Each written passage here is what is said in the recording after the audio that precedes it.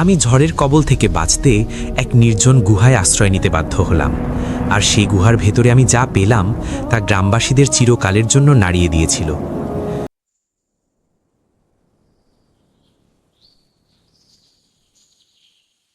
বিশাল মরুভূমির সীমান্তে অবস্থিত এক ছোট এবং বিস্তৃত প্রায় গ্রামে রামিজ নামের এক বৃদ্ধ রাখাল বাস করত। সে ছিল অত্যন্ত সাধারণ একজন মানুষ। পার্থিব সম্পদের মধ্যে তার কাছে উল্লেখ করার মতো কিছুই ছিল না, কেবল 10টি ভেড়া আর একটি ছোট্ট কুড়ে ঘর ছাড়া। সেই ঘরের ছাদ ছিল খেজুর পাতার তৈরি, আর দেয়ালগুলো ছিল ফাটা মাটির। এই কুড়ে ঘরটি ছিল তার বৃদ্ধা স্ত্রী ফাতেমা এবং তাদের একমাত্র মেয়ে লাইলির একমাত্র আশ্রয়স্থল। লাইলির বয়স তখন 15 বছরের বেশি ছিল না। এই পরিবারটির জীবন ছিল অত্যন্ত কঠিন এবং সংকটে ভরা। তারা দিন আনে দিন খায় অবস্থায় থাকত এবং পুরোপুরি এই 10টি ভেড়ার উপরই নির্ভরশীল ছিল। ভেড়ার দুধ দহন করে সামান্য দই ও পনির তৈরি করত এবং তাদের পশম কেটে গ্রামের বাজারে বিক্রি করত। সেই সামান্য টাকা দিয়ে তারা অল্প কিছু আটা আর তেল কিনত। দারিদ্র্য ছিল তাদের নিত্যসঙ্গী। তাদের পোশাক ছিল পুরনো এবং তালি দেওয়া। অনেকদিন এমনও যেত যে তাদের খাবার বলতে শুকনো রুটির কয়েক টুকরো বেশি কিছু জুটত না, যা তারা পানিতে ভিজিয়ে খেয়ে নিজেদের ক্ষুধা মেটাত। সময়ের সাথে সাথে রামিজের শরীর দৃশ্যত ভেঙে পড়তে লাগল। তপ্ত মরুভূমির রোদ তার শক্তি শুষে নিয়েছিল এবং কঠোর পরিশ্রম তার দুর্বল শরীরটাকে দুমড়ে মুচড়ে দিয়েছিল। এক সকালে রামিজ নিয়মমাফিক উঠে ভেড়াগুলোকে চারণভূমিতে নিয়ে যাওয়ার চেষ্টা করল, কিন্তু তার পা দুটো আর তাকে সঙ্গ দিল না। সে মাটিতে পড়ে গেল। শ্বাস নিতে তার খুব কষ্ট হচ্ছিল এবং তার হাড়ের জোড়ায় ও কোমরে তীব্র ব্যথা শুরু হলো। তার স্ত্রী ফাতেমা দুঃখ ও দুশ্চিন্তা নিয়ে তার দিকে তাকালো এবং দ্রুত তাকে ধরে বসিয়ে ধীর কণ্ঠে বলল, নিজের ওপর আর জোর দিও না ওগো, মনে হচ্ছে তোমার শরীরের এখন বিশ্রামের প্রয়োজন। তুমি সারাটা জীবন কাজ করে কাটিয়েছ, কখনো তো থামোনি।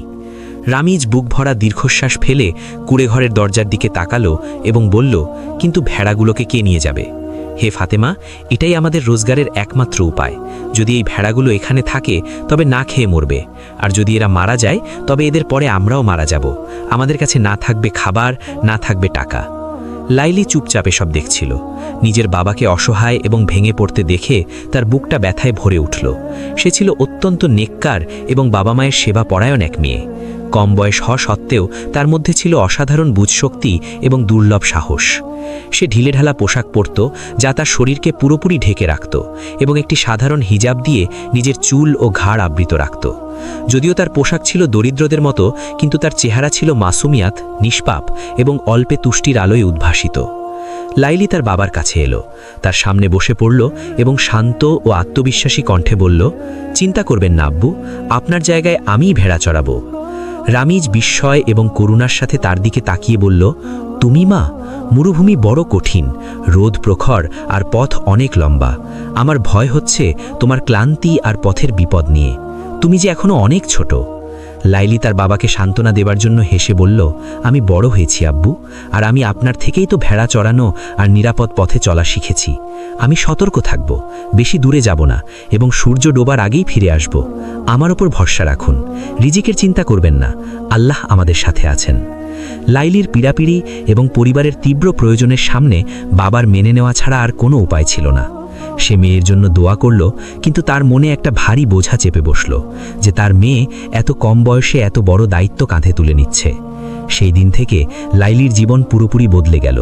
সে প্রতিদিন সকালে সূর্য ওঠার সাথে সাথেই বেরিয়ে পড়ত, 10টি ভেড়াকে নিজের সামনে হাঁকিয়ে নিয়ে যেত এবং এই রুক্ষ মরুভূমিতে দীর্ঘ পথ পাড়ি দিত।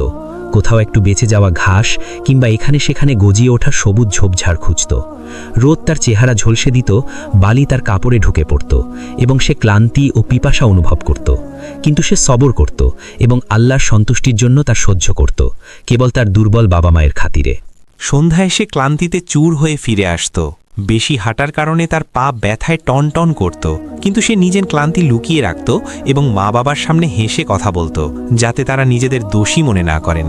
সে মনে মনে জানত যে এই দরিদ্র জীবনই তাদের ভাগ্য, কিন্তু সে জানত না যে তাকদীর তার জন্য এমন এক বিস্ময় লুকিয়ে রেখেছে যা তার এবং তার পরিবারের জীবন চিরতরে বদলে দেবে এবং তার পরবর্তী সফর এক বিশাল পরীক্ষা নিয়ে আসবে। দিনগুলো একইভাবে কাটছিল। রামিজ ও ফাতেমা উভয়ই বাবা মা প্রতিদিন সকালে ও সন্ধ্যায় তাদের মেয়ের জন্য দোয়া করতেন। একদিন এক প্রচণ্ড গরমের দিনে লাইলি তার ভেড়াগুলো নিয়ে বের হলো, কিন্তু সে দেখল যে গ্রামের কাছের জমি একদম শুকিয়ে গেছে এবং সেখানে এক টুকরো সবুজ ঘাসও অবশিষ্ট নেই, যা ভেড়ারা খেতে পারে। লাইলির ভয় হলো যদি ভেড়াগুলো অভুক্ত ফিরে যায় তবে তাদের দুধ কমে যাবে। তাই সে সাধারণের চেয়ে একটু বেশি দূরে যাওয়ার সিদ্ধান্ত নিল এবং ভালো চারণভূমির খোঁজে মরুভূমির আরও গভীরে এগিয়ে গেল। সে চলতেই থাকলো। সূর্য তখন ঠিক তার মাথার ওপরে। অবশেষে সে এক জায়গায় কিছু শুকনো ঝোপঝাড় দেখতে পেল। সে ভেড়াগুলোকে সেখানে চড়ার জন্য ছেড়ে দিল এবং নিজে একটি ছোট পাথরের ছায়ায় বসে পড়ল। সময় গড়িয়ে গেল, সে টেরও পেল না। হঠাৎ আবহাওয়া ভয়াবহভাবে বদলে গেল। বাতাস শীষ দিয়ে বইতে শুরু করল, বালি উড়তে শুরু করল এবং ঘন কালো মেঘ জমা হয়ে সূর্যের আলো ঢেকে দিল। দিন হঠাৎ রাতের মতো মনে হতে লাগল। লাইলি বুঝতে পারল যে একটি তীব্র মরুঝড় আসছে এবং সম্ভবত এর পরে প্রবল বন্যাও আসতে পারে। তার মনে ভয় ঢুকে গেল, শুধু নিজের জীবনের জন্য নয়, বরং সেই ভেড়াগুলোর জন্য যা ছিল তার পরিবারের একমাত্র সম্বল। সে দ্রুত উঠে দাঁড়ালো, চিৎকার করতে লাগলো এবং ভেড়াগুলোকে একত্রিত করতে শুরু করলো, যাতে সেগুলোকে তাড়িয়ে নিয়ে ফিরে যেতে পারে কিংবা কোনো নিরাপদ আশ্রয় খুঁজতে পারে। বাতাস আরও তীব্র হয়ে উঠল এবং ধুলো বালি ও ঝড়ের কারণে দেখা খুব কঠিন হয়ে পড়ল। লাইলি এদিক ওদিক নজর বোলালো। তখন সে দূরে একটি বড় এবং উঁচু পাথুরে পাহাড় দেখতে পেল। সে মনে মনে বলল, এই পাথরগুলো আমাদের বাতাস আর বৃষ্টি থেকে বাঁচাবে। লাইলি পূর্ণ শক্তিতে ভেড়াগুলোকে হাঁকিয়ে সেই পাথুরের টিলার দিকে দৌড়াতে লাগল। তার বুক ধরফর করছিল। যেই সে টিলার কাছে পৌঁছালো এবং উঁচু জায়গায় ওঠার চেষ্টা করল, হঠাৎ তার পা পিছলে গেল। এটি কোনো সাধারণ হোঁচট ছিল না, বরং তার মনে হলো যেন পায়ের নিচের মাটিই সরে যাচ্ছে। লাইলি চিৎকার করে পড়ে গেল, কিন্তু আল্লাহ তাকে বাঁচিয়ে দিলেন এবং তার বড় কোনো জখম হলো না। যখন সে উঠে দাঁড়ালো এবং নিজের কাপড় থেকে ধুলো ঝাড়ল, তখন সে দেখল যে মাটি সরে যাওয়া এবং ভূমি ধসে পড়ায় টিলার পাশে একটি বড় এবং অন্ধকার ফাটল দৃশ্যমান হয়েছে, যা আগে দেখা যাচ্ছিল না। সে কৌতূহল এবং ভয়ের মিশ্র অনুভূতি নিয়ে সেদিকে তাকালো। পরিষ্কার বোঝা যাচ্ছিল যে এই ফাটলটি একটি পুরনো গুহার মুখ, যা পাথরের ভেতরে লুকানো ছিল। লাইলি ভেড়াগুলোকে টিলার কাছে একটি পাথরের আড়ালে আশ্রয় নিতে দিল এবং নিজে একা সেই ফাটল দিয়ে গলে ভেতরে চলে গেল, যাতে ঝড় থেকে বাঁচতে পারে।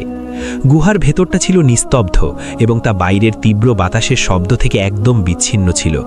যখন সে বসে শ্বাস স্বাভাবিক করার চেষ্টা করছিল, তখন ধীরে ধীরে তার চোখ অন্ধকারের সাথে মানিয়ে নিল এবং তখন সে এক অদ্ভুত জিনিস দেখল। গুহার এক কোণে লাইলি সাবধানে পা বাড়ালো। সে দেখতে পেল একটি অত্যন্ত পুরনো কাঠের সিন্দুক, যা ধুলোর মোটা আস্তরণ এবং মাকড়সার জালে ঢাকা ছিল। সিন্দুকটি দেখে জরাজীর্ণ মনে হচ্ছিল, যেন বছরের পর বছর, যার গণনা আল্লাহই ভালো জানেন, এটি এই জায়গায় পড়ে আছে।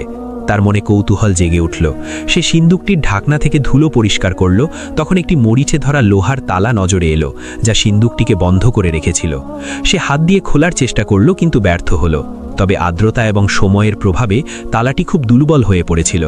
সে গুহার মাটিতে এদিক ওদিক তাকাতে লাগল, যতক্ষণ না সে একটি ছোট কিন্তু শক্ত পাথর পেল। লাইলি পাথরটি তুলল এবং মরিচে ধরা তালার উপর জোরে আঘাত করল। তারপর দ্বিতীয় এবং তৃতীয় আঘাতে তালাটি ভেঙে মাটিতে পড়ে গেল। সে কাঁপতে কাঁপতে হাতে সিন্দুকটির ঢাকনা ধরল এবং ধীরে ধীরে তা ওঠালো, যদিও সে জানত না যে মরুভূমির বুকে এক নির্জন গুহায় দাফন করাই সিন্দুকে কি থাকতে পারে। যেই লাইলি ভারী কাঠের ঢাকনাটি খুলল, সে প্রচণ্ড বিস্ময়ে ওখানেই জমে গেল। গুহার বাইরে চমকানো বিদ্যুতের আলো ফাটলের রাস্তা দিয়ে ভেতরে আসছিল এবং এমন এক ঝলকানি প্রকাশ করছিল যা চোখ ধাঁধিয়ে দেয়। সিন্দুকটি খালি ছিল না, সেটি ছিল সোনার টুকরো, মুর্তার হাড় এবং দামি জহরেটে ঠাসা, যা অন্ধকারে এমনভাবে জ্বলজ্বল করছিল যেন ছোট ছোট তারা। লাইলির মুখ দিয়ে অজান্তেই একটি দীর্ঘ শ্বাস বেরিয়ে গেল এবং সে হাত দিয়ে নিজের মুখ চেপে ধরল। সে তার জীবনে এত সোনা কখনো দেখেনি, বরং সে তো একটি দিনার দেখার স্বপ্ন দেখত না। সে কিছু মুহূর্ত সেই খাজানার দিকে তাকিয়ে রইল। তার মস্তিষ্ক কাজ করা বন্ধ করে দিয়েছিল। এই সম্পদ তো পুরো গ্রাম কেনার জন্য যথেষ্ট এবং তার বাবা মা বাকি জীবনটা বাদশাদের মতো কাটাতে পারতেন। কিন্তু হঠাৎ তার নজর পড়ল একটি পুরনো হলুদ এবং ভাঁজ করা কাগজের ওপর, যা গহনাগুলোর ওপর খুব যত্ন করে রাখা ছিল।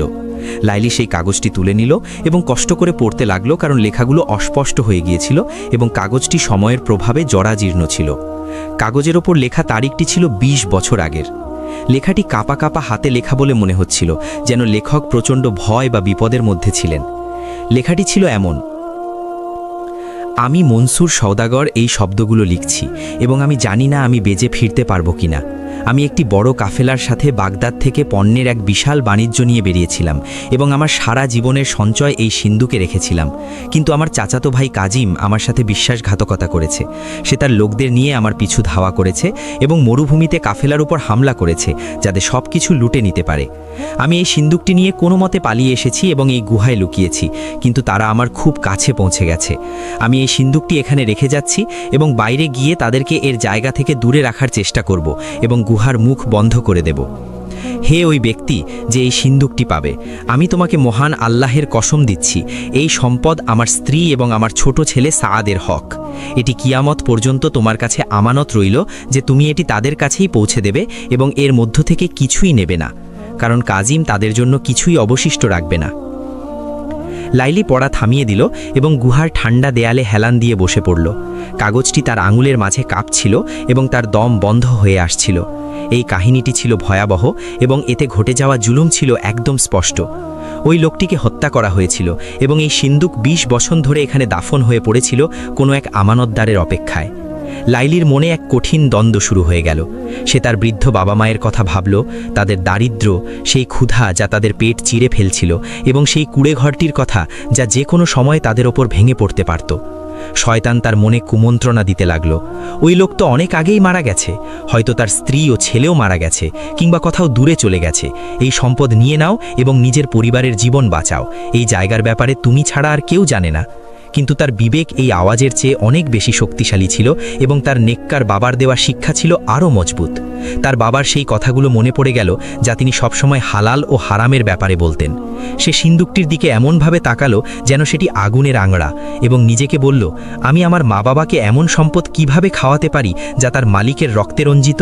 এটি এক এতিম সাআদের হক এবং আমাকে তাকে অবশ্যই খুঁজে বের করতে হবে। লাইলি তৎক্ষণাৎ সিন্দুকটি বন্ধ করল। তার কাছে থাকা একটি পুরনো কাপড়ে সেটিকে মুড়িয়ে নিল এবং সিদ্ধান্ত নিল যে সে তার জীবনের বিনিময়ে হলেও এটির হেফাজত করবে। সে গুহার মুখের দিকে তাকিয়ে দেখল যে রাত পুরোপুরি নেমে এসেছে এবং বাইরে ঝড় এখনও গর্জন করছে। সে বের হতে পারল না, তাই সে সিদ্ধান্ত নিল যে সে এই রাত গুহার ভেতরে সিন্দুকটির পাশেই কাটাবে, যখন তার 10টি ভেড়া বাইরে পাথরের আড়ালে বৃষ্টি ও বাতাস থেকে আশ্রয় দিয়ে বসেছিল। সকালের সূর্য উদিত হলো, রাতের অন্ধকারের চিহ্ন মুছে গেল এবং মরুভূমি কাঁপানো ঝড় থেমে গেল, পেছনে এক ভয়াবহ নিস্তব্ধতা রেখে। লাইলি গুহার ভেতরে জেগে উঠল। তার শরীর শক্ত এবং আড়ষ্ট হয়েছিল, কারণ সে রাতটি পাথুরে মাটিতে ঘুমিয়ে কাটিয়েছিল। লাইলি কাঠের সিন্দুকটির দিকে তাকালো যা সে পুরনো কাপড়ে মুড়িয়ে রেখেছিল এবং সেটিকে নিজের বুকের সাথে জড়িয়ে ধরল, যেন এটি কোনো ভারী আমানত যার হারিয়ে যাওয়ার ভয় সে করছে। সে ধীরে ধীরে গুহা থেকে বের হলো, এই আশায় যে তার 10টি ভেড়া পাথরের পেছনে তার অপেক্ষা করছে, যাতে সে তাদের নিয়ে বাড়ি ফিরতে পারে। সে ঘুমের কারণে ভারী কণ্ঠে ডাকল, আমার ভেড়ারা, এসো এবার বাড়ি যাই। কিন্তু জবাবে শুধু তার নিজের কণ্ঠের প্রতিধ্বনি ভেসে এলো, যা মরুভূমি দিলে ফেলল। সে কয়েক কদম এগিয়ে গেল, টিলার চারপাশে ঘুরল এবং সেখানে সেই দৃশ্য ছিল যা তার শির দ্বারায় রক্ত জমিয়ে দিল। না ছিল ভেড়া, না ছিল প্রাণের অস্তিত্ব, শুধু তাদের অবশিষ্টাংশ পড়েছিল। মাটি রক্তে ভিজেছিল এবং সব দিকে নেকড়েদের থাবার চিহ্ন ছড়িয়েছিল। ক্ষুধায় কাতর নেকড়েরা ঝড়ের শব্দ এবং রাতের অন্ধকারের সুযোগ নিয়েছিল এবং অসহায় ভেড়াগুলোর ওপর ঝাঁপিয়ে পড়েছিল। তারা সব কিছু ছিঁড়ে খুঁড়ে খেয়ে ফেলেছিল এবং পেছনে শুধু হাড় আর ছেঁড়া চামড়া ফেলে রেখেছিল। লাইলি তার হাঁটু গেড়ে বসে পড়ল, সিন্দুকটি এক পাশে রাখল এবং জরাজীর্ণ হয়ে কাঁদতে লাগল। তার চিৎকারে এমন এক যন্ত্রণা ছিল যেন তার আত্মার কোনো অংশ ছিঁড়ে নেওয়া হয়েছে। ওই ভেড়াগুলো কেবল পশু ছিল না, বরং তার পরিবারের জীবন ছিল। তার অসুস্থ বাবার খাবার এবং তার বৃদ্ধা মায়ের পোশাক ছিল ওগুলো। এখন সব শেষ হয়ে গেছে। সেই সামান্য পুঁজি যার ওপর তাদের জীবন টিকে ছিল তা মারা গেছে এবং এখন তাদের কাছে আর কিছুই অবশিষ্ট রইল না। লাইলি রক্ত আর বালির মাঝে বসে অশ্রু ভরা চোখে আকাশের দিকে তাকালো, তারপর নিজের পাশে মোড়ানো সিন্দুকটির দিকে। কি অদ্ভুত এবং নিষ্ঠুর পরীক্ষা ছিল এটি! সে এই মুহূর্তে চরম দারিদ্র্য এবং নিশ্চিত ক্ষুধার মুখোমুখি বসেছিল, আর তার হাতের কাছে ছিল এমন এক গুপ্তধন যা তাকে তার সময়ের সবচেয়ে ধনী নারী বানাতে পারত। তার বুকে সেই দ্বন্দ্ব আবার আগুনের মতো জ্বলে উঠল। এবার শয়তান আরও জোরে ফিসফিস করতে লাগলো, চারপাশে দেখো হে লাইলি, ভেড়াগুলো মারা গেছে, আর যদি তুমি খালি হাতে বাড়ি ফেরো তবে তোমার মা বাবা ক্ষুধা আর দুঃখে মারা যাবেন। আল্লাহ এই খাজানা তোমাকে এই ক্ষতির বিনিময়েই দিয়েছেন। এটা নিয়ে নাও, কাউকে বলো না। যখন জীবন বাঁচানো ফরজ তখন প্রয়োজনে হারামও জায়েজ হয়ে যায়। লাইলি কাঁদতে থাকলো এবং তার বাবা রামিজের চেহারা ও তার উপদেশগুলো মনে করতে থাকলো। সে কল্পনা করল যে তার বাবা এমন খাবার খাচ্ছেন যা কোনো ইয়েতিমের সম্পদ দিয়ে কেনা হয়েছে। তখন তার মনে হলো যেন আগুন তাদের পেটে জ্বলছে। সে তার জরাজীর্ণ কাপড়ের আস্তিন দিয়ে চোখের পানি মুছল এবং বুকের ভেতরকার ব্যথা সত্ত্বেও এক অদ্ভুত দৃঢ়তার সাথে উঠে দাঁড়ালো। উঁচু গলায় নিজেকে এবং শয়তানকে উদ্দেশ্য করে বলল, না, আমি আমার মা বাবাকে হারাম খাওয়াবো না, এমনকি যদি আমরা না খেয়েও মারা যাই। রিজিকদাতা আল্লাহ, যদি তিনি আমার থেকে ভেড়াগুলো নিয়ে নেন তবে এতে নিশ্চয়ই কোনো হেকমত আছে, আর আমি দুনিয়ার বিনিময়ে আমার আখেরাত বিক্রি করব না। লাইলি সিন্দুকটি পুনরায় তুলে নিল, কিন্তু সে সিদ্ধান্ত নিল যে সে এখন কুড়ে ঘরে ফিরে যাবে না। সে তার বাবার চোখের দিকে তাকিয়ে এটা বলার সাহস পাচ্ছিল না যে ভেড়াগুলো মারা গেছে অথচ তার কাছে কোনো সমাধানও নেই। সে তৎক্ষণাৎ শহরে যাওয়ার সিদ্ধান্ত নিল। শহর খুব বেশি দূরে ছিল না। সে মনসুরের পরিবার, তার ছেলে সাদ এবং তার স্ত্রীকে খুঁজবে, যেমনটা চিঠিতে লেখা ছিল। সে মনে মনে বলল, আমি তাদের খুঁজে বের করব। যদি তারা বেঁচে থাকে তবে তাদের আমানত তাদের ফিরিয়ে দেব, আর হয়তো আল্লাহ আমাকে তাদের তরফ থেকে কোনো হালাল বিনিময় বা সাহায্য দান করবেন যা আমাদের এই বিপদ থেকে উদ্ধার করবে। আর যদি তারা মারা গিয়ে থাকে এবং তাদের কোনো ওয়ারিশ বাকি না থাকে তবে আমি আলেমদের থেকে ফতোয়া নিয়ে সিদ্ধান্ত নেব। লাইলি পাকা সিদ্ধান্ত নিয়ে নিল। সে তার নেকাব শক্ত করে মুখে বাঁধল এবং গ্রামের দিকে যাওয়ার রাস্তার বদলে শহরের দিকে পা বাড়ালো। সে ক্লান্ত অথচ আত্মবিশ্বাসী পদক্ষেপে শহরের পথে চলতে লাগল। পেছনে ভেড়াগুলোর অবশিষ্টাংশ এবং দারিদ্র্যের স্মৃতি ফেলে এক অজানা ভবিষ্যতের দিকে, যার সম্পর্কে সে কিছুই জানত না। সে কয়েক ঘন্টা ধরে রোদের মধ্যে হাঁটতে থাকল। অবশেষে দূর থেকে শহরের উঁচু প্রাচীর দেখা যেতে লাগল। তার পা ফুলে গিয়েছিল এবং পিপাসায় তার গলা শুকিয়ে গিয়েছিল, কিন্তু তার হাতে থাকা আমানত তাকে এক অদৃশ্য শক্তি দিচ্ছিল যাতে সে চলতে থাকে। সে শহরের বিশাল দরজা দিয়ে ভেতরে প্রবেশ করল। তখন বাজারের শোরগোল, বিক্রেতাদের হাঁকডাক এবং গাড়ির চলাচল তার ওপর আছড়ে পড়ল। এটি ছিল এক জনাকীর্ণ এবং অচেনা দুনিয়া, যার সাথে নীরব মরুভূমির এই মেয়েটি পরিচিত ছিল না। লাইলি সাবধানে মানুষের ভিড়ের মধ্য দিয়ে চলতে লাগল। তার চোখ খুঁজছিল কোনো নেক চেহারার মানুষ যার কাছে সে প্রশ্ন করতে পারে। সে এক বৃদ্ধ ব্যক্তিকে দেখল যে আতরের দোকানের সামনে বসেছিল, যার দাড়িতে বার্ধক্য ছড়িয়ে পড়েছিল। সে তার কাছে গেল এবং ধীর কণ্ঠে বলল, চাচা যান, আসসালামু আলাইকুম। আমি এখানে নতুন এবং একজন সওদাগরের বাড়ির খোঁজ করছি যিনি অনেক আগে এখানে থাকতেন। তার নাম ছিল মনসুর। আপনি কি তার নাম শুনেছেন? যেই তার মুখ থেকে মনসুরের নাম বেরোলো, বৃদ্ধের চেহারার ভাব বদলে গেল এবং তাতে দুঃখ আর আফসোসের ছাপ ফুটে উঠল। সে দীর্ঘশ্বাস ফেলে বলল, আল্লাহ মনসুরের ওপর রহম করুন। তুমি এই নাম কিভাবে জানো? তার মৃত্যু তো 20 বছরের বেশি হয়ে গেছে। লাইলি দ্রুত বলল, আমি তার পরিবারের জন্য একটি আমানত এনেছি। আল্লাহর ওয়াস্তে আমাকে বলুন তার সাথে কি হয়েছিল এবং আমি তার ছেলে সাদ ও তার স্ত্রীকে কোথায় পাব। বৃদ্ধ তাকে বসতে এবং একটু বিশ্রাম নিতে ইশারা করল। তারপর ভারী কণ্ঠে কাহিনী শোনাতে লাগল। মনসুর শহরের সেরা সওদাগরদের একজন ছিল, দানশীল এবং দয়ালু। একদিন সে এক বিশাল কাফেলা এবং বড় বাণিজ্য নিয়ে বাগদাদ রওনা হলো, কিন্তু আর ফিরে আসেনি। পরে মরুভূমিতে তার লাশ পাওয়া গেছে, হত্যা করা অবস্থায়। বলা হলো যে ডাকাতরা তার সব কিছু লুটে নিয়েছিল এবং তার জন্য একটি দিনারও অবশিষ্ট রাখেনি। বৃদ্ধ কিছুক্ষণ চুপ রইল, তারপর চাপা ক্ষোভের সাথে বলল, কিন্তু আসল বিপদ তো তার চাচাতো ভাই কাজিম ঘটিয়েছে। যেই মনসুরের মৃত্যুর ঘোষণা হলো, কাজিম উপস্থিত হলো এবং তার সাথে ছিল জাল দলিলপত্র এবং মিথ্যা সাক্ষী, যারা দাবি করল যে মনসুর তার কাছে ঋণী ছিল এবং তার সমস্ত সম্পদ ও ব্যবসা তার পাওনা। কাজিম বড় বাড়ি, গুদাম এবং সব কিছুর দখল নিয়ে নিল এবং মনসুরের স্ত্রী ও তার ছোট ছেলে সাদকে বাড়ি থেকে বের করে রাস্তায় ফেলে দিল। লাইলি এই কাহিনী শুনে চোখে পানি এসে গেল, যা হুবহু চিঠিতে লেখা কথার সাথে মিলে যাচ্ছিল। সে অস্থির হয়ে জিজ্ঞাসা করল, তারপর তার স্ত্রী ও ছেলের কি হলো? বৃদ্ধ বলল, বেচারি সেই নারী মানুষের জুলুম এবং আপন আত্মীয়দের অত্যাচার সহ্য করতে পারল না এবং কয়েক মাস পরেই শোক ও আঘাতে মারা গেল। সাদকে এক ইতিম বাচ্চা হিসেবে রেখে গেল, যার এই দুনিয়ায় কোনো আশ্রয় ছিল না। সাদ শহরের অলিতে গলিতে বড় হলো। সে খোলা আকাশের নিচে ঘুমাতো এবং নেককার মানুষের দেওয়া খয়রাতে বেঁচে থাকত। লাইলির গলা ধরে এলো। সে জিজ্ঞেস করল, সাদ এখন কোথায়? সে কি এই শহরে আছে? বৃদ্ধ আফসোস নিয়ে বড় বাজারের দিকে তাকিয়ে বলল, হ্যাঁ, সে এখানেই আছে, কিন্তু তার অবস্থা পাথরকেও কাঁদিয়ে দেবে। দারিদ্র্য এবং জুলুম তার জীবন ধ্বংস করে দিয়েছে। এমনকি মানুষ তাকে সাদ মাজুব মানে পাগল বলতে শুরু করেছে। তুমি তাকে বাজারের কুয়োর কাছে পাবে, মানুষের বোঝা বহন করে কেবল এক টুকরো রুটির বিনিময়ে। বাচ্চারা তার পেছনে দৌড়ায় এবং তার ছেঁড়া পুরনো কাপড় নিয়ে উপহাস করে, অথচ সে ছিল সম্মান ও সম্পদের ওয়ারিশ।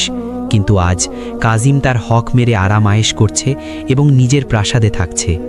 লাইলি বৃদ্ধকে ধন্যবাদ জানালো এবং উঠে দাঁড়ালো। তার শিরায় রক্ত টকবক করতে লাগলো। এ কি কেমন জুলুম!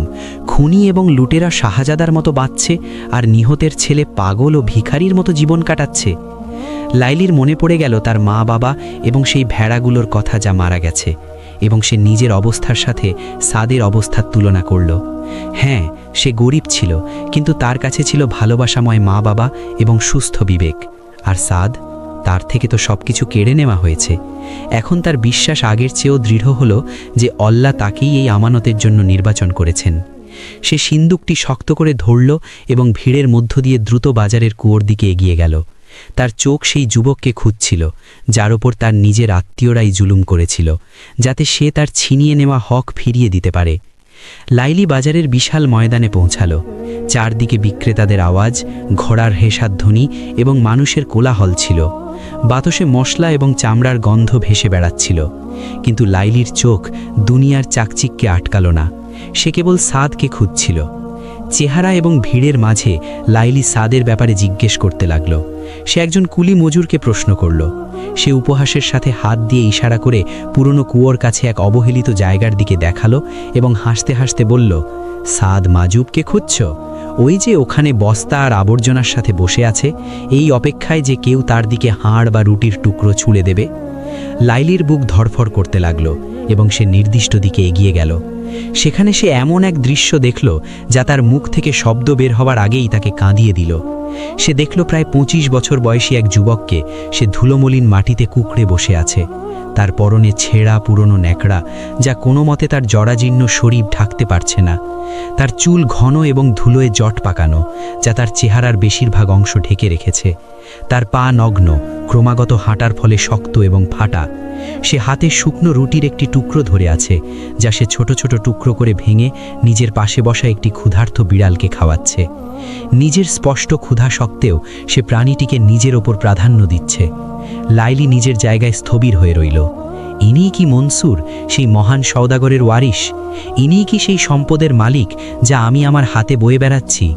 পবিত্র সেই সত্তা যিনি সব কিছু বদলে দেন কিন্তু নিজে বদলান না, এবং পবিত্র তিনি যিনি দিনগুলোকে মানুষের মাঝে পরিবর্তন করতে থাকেন। লাইলি মানুষের ঘৃণাপূর্ণ দৃষ্টি উপেক্ষা করে দৃঢ় পায়ে তার কাছে গেল। তার সামনে দাঁড়ালো এবং শান্ত কিন্তু আত্মবিশ্বাসী কণ্ঠে বলল, আসসালামু আলাইকুম, হে আমার ভাই। যুবকটি অত্যন্ত ধীরে মাথা তুলল, যেন তার বিস্ময় হচ্ছে যে কেউ তাকে সম্মানের সাথে সালামও দিতে পারে। সে তার ঘন চুল চোখ থেকে সরালো, তখন মধুরময় রঙের দুটি চোখ দৃশ্যমান হলো।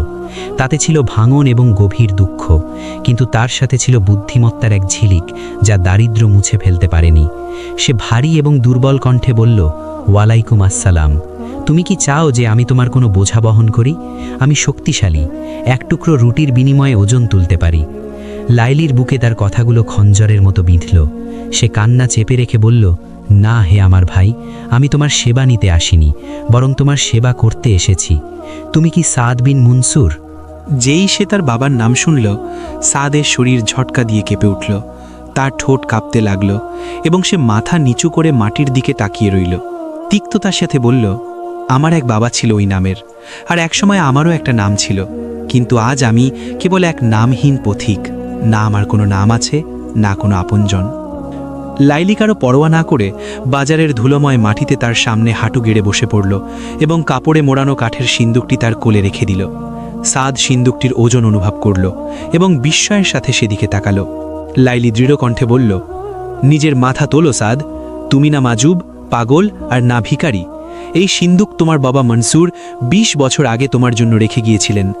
আল্লাহ এটিকে মাটির নিচে সুরক্ষিত রেখেছেন, চোরদের হাত থেকে বাঁচিয়েছেন এবং আজ আমাকে তোমার কাছে নিয়ে এসেছেন যাতে আমি এই আমানত তোমাকে ফিরিয়ে দিতে পারি। সাদ প্রথমে সিন্দুকটির দিকে তাকালো, তারপর লাইলির দিকে। তার চোখ বিস্ময়ে বড় হয়ে গিয়েছিল। আমার বাবা, একটি সিন্দুক? লাইলি বলল, হ্যাঁ, এটি খোলো এবং তোমার বাবার চিঠি পড়ো, যাতে তুমি জানতে পারো যে আল্লাহ কোনো মজলুমকে ভুলে যান না এবং তোমার হক তোমাকে পুরোপুরি কোনো কমতি ছাড়াই ফেরত দেওয়া হয়েছে।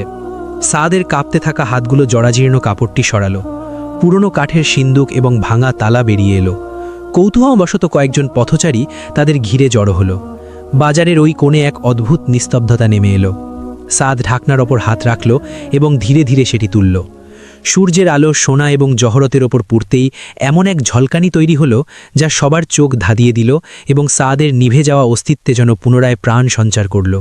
কিন্তু এই মুহূর্তে সাদের অস্তিত্ব নাড়িয়ে দেওয়ার মতো জিনিস সোনার চমক ছিল না, বরং সেই হলুদ ভাঁজ করা কাগজটি যা এর ওপর রাখা ছিল। সে কাঁপতে কাঁপতে হাতে তার বাবার চিঠিটি তুলল এবং ধীর কণ্ঠে পড়তে শুরু করল, যা শীঘ্রই এমন এক বুক ফাটা চিৎকারে পরিণত হলো যে উপস্থিত সবার হৃদয়ের তার ছিঁড়ে যাচ্ছিল। সাদ তার বাবার সেই শব্দগুলো পড়ছিল যেখানে তিনি তার চাচাতো ভাই কাজিমের বিশ্বাসঘাতকতা বর্ণনা করেছিলেন, কিভাবে সে তাকে ধাওয়া করেছিল, তাকে হত্যা করতে এবং সম্পদ লুটে নিতে, এবং কিভাবে তিনি তার ছেলের হক বাঁচাতে সিন্দুকটি দাফন করতে বাধ্য হয়েছিলেন।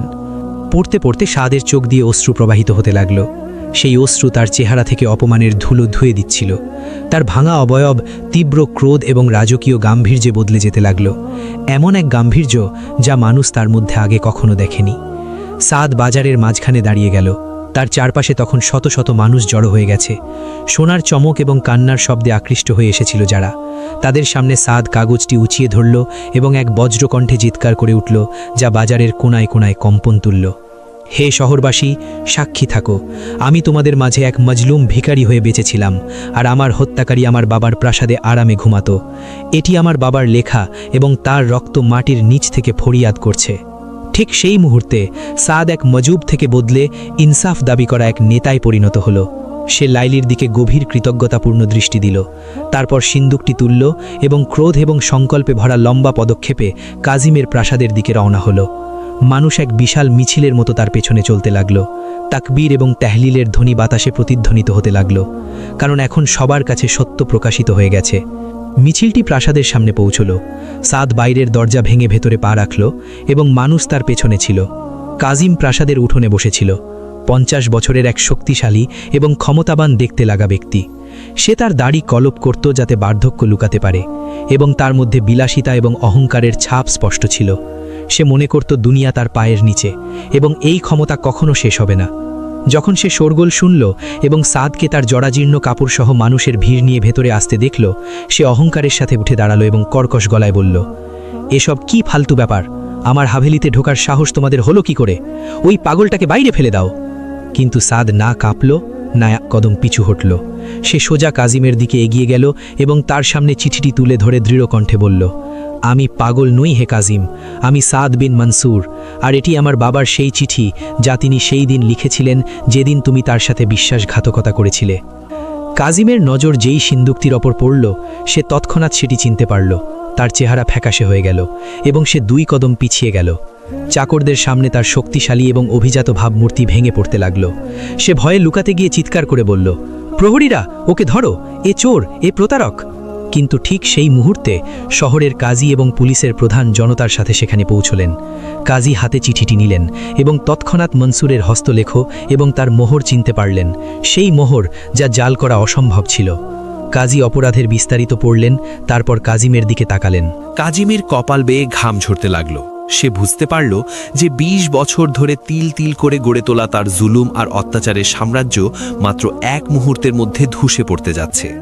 কাজী দৃঢ় এবং চূড়ান্ত ফয়সালার সুরে বললেন, ব্যাস, সত্য সত্য প্রকাশিত হয়েছে এবং বাতিল ধ্বংস হয়েছে, ওকে গ্রেফতার করো।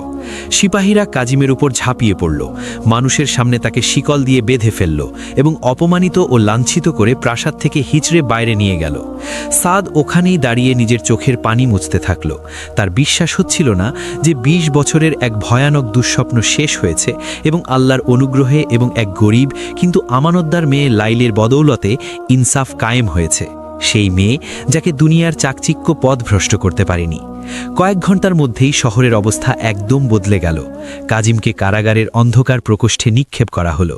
সেই কাজিম যে ২০ বছর হারাম সম্পদে আইয়াশ করেছিল, এক মুহূর্তেই সব হারিয়ে নির্মমভাবে বন্দী হলো। আর সাদ, সে গোসল করল, সুগন্ধি মাখল এবং তার বাবার দামি পোশাক পরিধান করল। তার মধ্যে সম্মান ও আভিজাত্যের ছাপ ফুটে উঠল এবং মাজুব বা পাগলের সমস্ত চিহ্ন চিরতরে মুছে গেল। কিন্তু তার প্রথম কাজ সিংহাসনে বসা ছিল না। সে ব্যাকুল হয়ে তার খাদেমদের ডাক দিল, দ্রুততম গাড়িগুলো প্রস্তুত করো, আরামদায়ক বিছানা রাখো এবং এখনই মরুভূমির কিনারায় রওনা হও। সেখানে এক বৃদ্ধ শেখ এবং এক বয়স্ক নারী আমাদের অপেক্ষা করছেন। রাজকীয় কাফেলা রওনা হলো এবং তার সাথে লাইলিও ছিল, যে এখনও বিশ্বাস করতে পারছিল না যে এসব সত্যি। যখন তারা সেই জরাজীর্ণ কুড়ে ঘরের সামনে পৌঁছালো, তখন রামিজ এবং ফাতেমা ক্ষুধা এবং মেয়ের দেরি হওয়ার ভয়ে মৃতপ্রায় হয়ে বসেছিলেন। যেই তারা আলিশান গাড়িগুলো দেখলেন এবং নিজেদের মেয়েকে এক সম্ভ্রান্ত সর্দানের সাথে নামতে দেখলেন, তখন বিস্তারিত না জেনেই আল্লাহর শুকরিয়ায় সিজদায় লুটিয়ে পড়লেন। সাদ নিজে তার হাত দিয়ে ওই ২ বয়োজ্যেষ্ঠকে ওঠালো, গাড়িতে বসালো এবং কসম খেল যে যতদিন সে বেঁচে আছে তাদের পা মাটিতে পড়তে দেবে না। সেই বিশাল প্রাসাদে, যা আবার আলো এবং প্রাণে ভরে উঠেছিল, সবাই এমন এক দস্তরখানের চারপাশে বসল যার কল্পনা রামিজ ও ফাতেমা কখনো স্বপ্নেও করেননি। খাওয়ার পর সাদ উঠে দাঁড়ালো, তার কণ্ঠ কৃতজ্ঞতায় পরিপূর্ণ ছিল। সে রামিজের দিকে তাকিয়ে বলল, চাচা যান, আপনার সেই ভেড়াগুলো তো মারা গেছে, যা দিয়ে আপনাদের সংসার চলত, কিন্তু আল্লাহ চেয়েছেন তিনি আপনাদের এর চেয়ে উত্তম কিছু দান করবেন। আপনার মেয়ে লাইলি কেবল আমার সম্পদই বাঁচায়নি, বরং আমার বুদ্ধিমত্তা এবং সম্মানও বাঁচিয়েছে। যদি তার আমানতদারি না থাকতো, তবে আমি আজও গলিতে পাগল হয়ে ঘুরতাম এবং কুকুর আমাকে ছিঁড়ে খেত। তারপর সে লজ্জায় কণ্ঠ নিচু করে বলল, চাচা যান, ওই সম্পদের চেয়েও বড় আমার কাছে যা আছে তা হলো আমার জান, আর আমি তাও আপনার মেয়ের স্বামী হিসেবে এবং আপনাদের দুজনের আজীবনের খাদেম হিসেবে পেশ করতে চাই। আপনারা কি আমাকে কবুল করবেন? রামিজ খুশিতে কেঁদে ফেলল এবং লাইলি সেই যুবককে গ্রহণ করে নিল, যার মধ্যে সে সোনার চমকের আগেই চরিত্রের আভিজাত্য গিয়েছিল। একটি জাঁকজমকপূর্ণ বিয়ে হলো, যার কথা শহরবাসী বহু বছর ধরে আলোচনা করেছিল। লাইলি, সাদ এবং তার বাবা মা প্রাসাদে বাস করতে লাগলেন। হালাল ব্যবসা করতেন, গরিব ও মিসকিনদের খাবার খাওয়াতেন, না কোনো ভিক্ষুককে ফিরিয়ে দিতেন আর না কোনো দরজা বন্ধ করতেন। সাদ যখনই সেই কাঠের সিন্দুকটির পাশ দিয়ে যেত, যা সে মজলিসের মাঝখানে সাজিয়ে রেখেছিল, তখন সে তার স্ত্রীকে বলতো, সুবহান আল্লাহ, হে লাইলি, মরুভূমির পশুরা তোমার ভেড়াগুলো এই জন্যই নিয়েছিল যাতে তুমি আমার কাছে আসতে পারো। বাহ্যিকভাবে এটি ছিল আযাব, কিন্তু ভেতরে ছিল রহমত। যে আল্লাহর জন্য কোনো কিছু ত্যাগ করে, আল্লাহ তাকে তার চেয়ে উত্তম কিছু দান করেন এবং দুনিয়া ও আখেরাতে বাদশাহ বানিয়ে দেন। এবং এভাবেই, হে বন্ধুরা, জামানা আমাদের শেখায় যে আমানত এক ভারী দায়িত্ব, যা কেবল মহৎ হৃদয়ের মানুষরাই বহন করতে পারে। খিয়ানত বা বিশ্বাসঘাতকতা হলো মিথ্যা চাতুর্য, যা শেষ পর্যন্ত অপমানই বয়ে আনে। যে হারাম লোকমা হাতের কাছে পাওয়া সত্ত্বেও ছেড়ে দেয়, আল্লাহ তাকে হালাল দস্তরখানের সর্দার বানিয়ে দেন। আমানত হলো মুক্তির তরী, আর সত্য হলো সেই সম্মান যা কখনো পুরনো হয় না। আর যে গোপনে আল্লাহকে ভয় করে, আল্লাহ তাকে জনসম্মুখে সম্মানিত করেন। গল্পটি ভালো লাগলে সাবস্ক্রাইব করুন আমাদের চ্যানেলটি। পরবর্তী ভিডিও পর্যন্ত বিদায় চাইছি। আল্লাহ হাফেজ।